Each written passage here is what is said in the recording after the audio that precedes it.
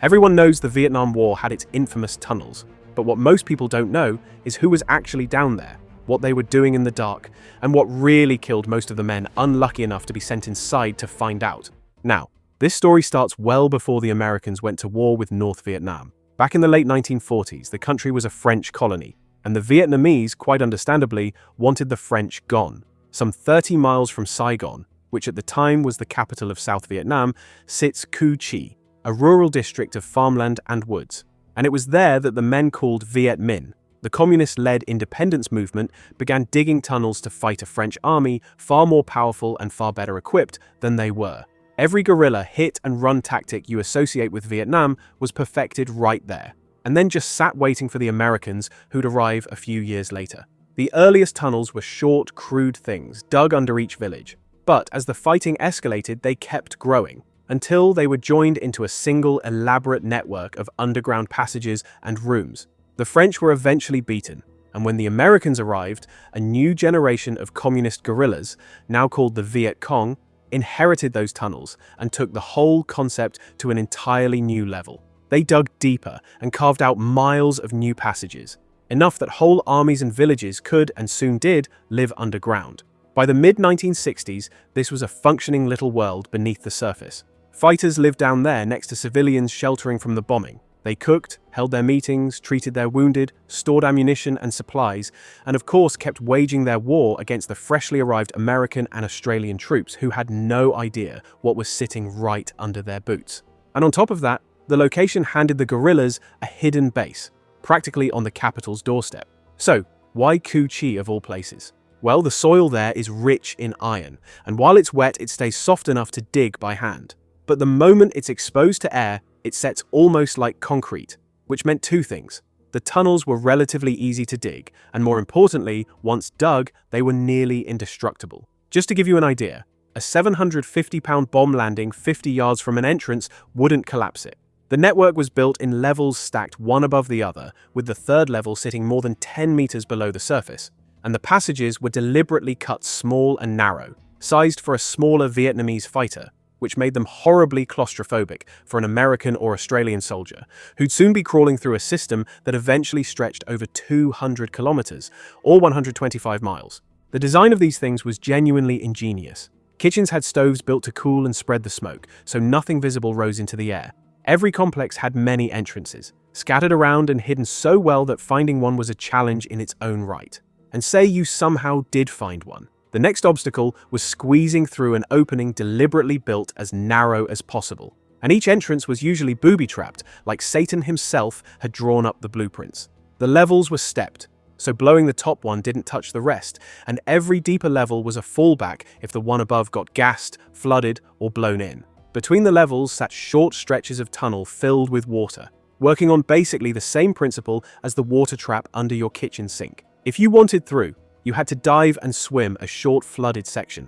Terrifying and claustrophobic, absolutely, but that water stopped any gas pumped into the system, and a flamethrower stream too, since neither could pass through it, so the next section stayed safe. Flooding was covered too, with the water redirected away from the lower levels. The passages ran in sharp zigzags, which deflected blast and made shooting straight down a tunnel impossible, all while the enemy might be waiting behind any of those corners as you crawled in. There were also fake tunnels, so-called blind or dead-end passages, leading nowhere at all or straight into a trap. Even the ventilation was thought through, with shafts whose openings were sometimes disguised as termite mounds.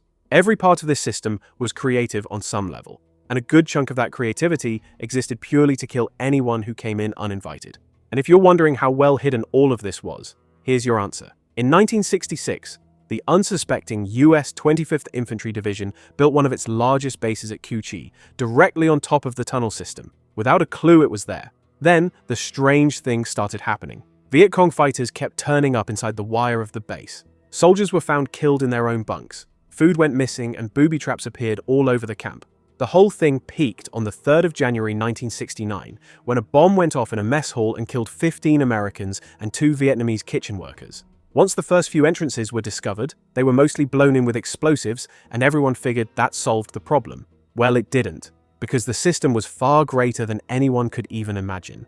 And slowly it became clear that the only way to understand how to fight these tunnels was for somebody to actually go inside and explore them. For years, the Americans and their allies had been trying to wipe the tunnels out from above, and the frustration kept building because nothing was working. Heavy bombing achieved nothing unless a bomb landed exactly above a tunnel, and even then, it only destroyed the first layers. Roam plows, bulldozers, flamethrowers, explosives collapsing the entrances, all of it useless, since there were plenty of other entrances impossible to find. They pumped water in, they blew tear gas in, still nothing. Everything kept pointing to the same conclusion, that someone had to physically go down there and see what the hell was going on inside. And that's where the horrors of this story begin. The first men who officially went in to investigate came from a small Australian engineer unit. They'd been called in to seal a tunnel entrance the infantry had found, after a Viet Cong fighter jumped out of it and shot 4 Australians, killing 2 of them. So, the decision was finally made to see what was inside. A soldier crazy enough to volunteer was lowered headfirst into the entrance with a rope tied around one leg so his friend could haul him back out. You know, in case the screaming started. He carried a flashlight in one hand and a pistol in the other, and compass bearings were taken along the way so the tunnel could be mapped. Over the next few days, what they found down there shocked them, and suddenly all those weird attacks out of nowhere started making sense. Weapons, ammunition, radios, supplies, everything needed to run a war. But even then, the Allied forces didn't have anywhere near the full picture of how elaborate the system really was. They started exploring every entrance they came across, and the picture kept getting better. But an actual way to destroy the tunnels still hadn't been found. Now, in how many different ways could a tunnel rat die down there? Let's start with suffocation, because that's what happened to the unfortunate Corporal Robert Bob Botel, a 33-year-old engineer and a father of 4. Crawling forward, he forced himself through a narrow trapdoor in the tunnel floor, only to find the passage beyond was a dead end. He became wedged, unable to get back, and while struggling to free himself, he knocked off his gas mask, and the tunnel was full of tear gas that had been blown in earlier to flush the enemy out. He suffocated before anyone could save him. A fellow sapper, Private Jim Daly, went back into that tunnel 4 separate times trying to drag him out, working himself almost to collapse before being ordered back. In the end, the only way to recover Botel's body was to dig a shaft down to him by hand. He was the first Australian, and the first of these tunnel soldiers, to die underground in Vietnam. He was definitely not the last, and asphyxiation stayed the #1 cause of death inside the tunnels. A man would get stuck, most likely, then panic, which is more than understandable, and that was usually it. The other big killer was the booby traps, and we'll get to those in a bit. Now, you've surely heard the tunnel rat nickname, and by this point you understand exactly why. Funny thing is, the name was born by accident. The Australians called these men tunnel ferrets, and an American journalist who heard the term had no idea what a ferret actually was, so he retold it as tunnel rats. The nickname stuck, and carried straight over to the American guys being sent into the tunnels. These men had to be small for obvious reasons, and frankly a little messed up in the head to volunteer for a job like this. Although not every one of them went in of his own free will. Anyone who panicked inside a tunnel once was never allowed back in, and there were quite a few nervous breakdowns along the way, as you'd expect. Their tunnel exploring kit slowly took shape. A pistol, a flashlight, and a knife, plus whatever improvised weapons suited the tunnel better than the standard issue M1911 in 45 ACP. Because firing the 45 inside a tight tunnel, which contained the muzzle blast, meant blowing out your eardrums, and the flash in total darkness would leave you temporarily blind. Not something you want in a place already ingeniously designed to kill you without the enemy lifting a finger. So, they experimented with revolvers in 38 Special and various silencers. Though you'd only ever shoot down there if you actually saw the enemy, which was rare, but it did happen. A proper tunnel exploration kit was eventually developed around the Smith & Wesson Model 10, with a suppressor, a cap-mounted lamp with a bite switch, and a communication system. In the field, it was a failure. Later came the quiet special-purpose revolver, developed with its own dedicated cartridge, but only around 10 ever reached Vietnam, and the men weren't exactly impressed, given the low power. Then again, to shoot at something you first have to see it, and that just wasn't the case down there.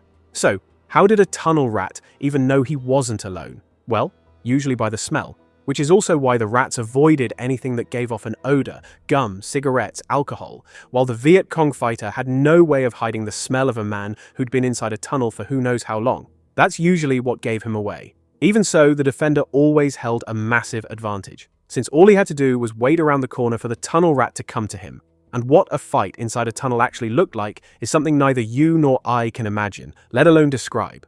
Trying to would be insulting to anyone who lived through it. The casualty rate among the Australian tunnel ferrets was 1 man in every 3, and the Americans didn't have it much better. Like I said, most of the deaths came from the tunnels themselves, and only rarely from meeting the enemy, while a wide range of booby traps sat firmly in second place.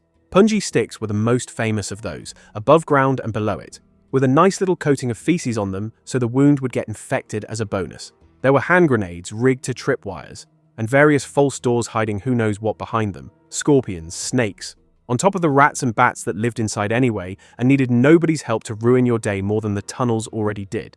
Then there's Agent Orange. It was sprayed over the Cu-Chi area for years, and the chemical settled into the soil and eventually into the tunnels themselves. And if you know anything about Agent Orange, you know it causes cancer and a list of other diseases, so the tunnel rats were breathing that in as well, and paying the price years later. Oh, and by the way, at one point they found an entire M48 Patton tank that the Viet Cong had buried and turned into an underground command post. Anyway, as for the people living inside those tunnels, being somewhat safe from the bombing didn't mean the Vietnamese were enjoying life down there. They spent weeks, sometimes months, in the exact same conditions that were killing the tunnel rats. No sunlight, no fresh air, no proper food or clean water, just the moisture and the heat. Add to that the malaria, the intestinal parasites, the ants, centipedes, scorpions, spiders, snakes, and rats. Those who died below had to be buried in the tunnels themselves, and the civilians and children down there shared the same fate as the Viet Cong fighters. They learned to lie flat and breathe as low to the ground as possible because the waste air gathered up at the ceiling. Who knows how many of them were still underground when the carpet bombing campaign began crushing the first levels of the tunnels and sealing off the rest of the system. Who knows what happened to the people inside, or what their last moments looked like. There were surgeries performed down there with whatever resources they had, and how that looked, I honestly can't even imagine. The estimates say some 12,000 Viet Cong fighters and civilians died inside those tunnels, while anyone who spent any time in them came out with quite a few memories that stayed for the rest of their lives.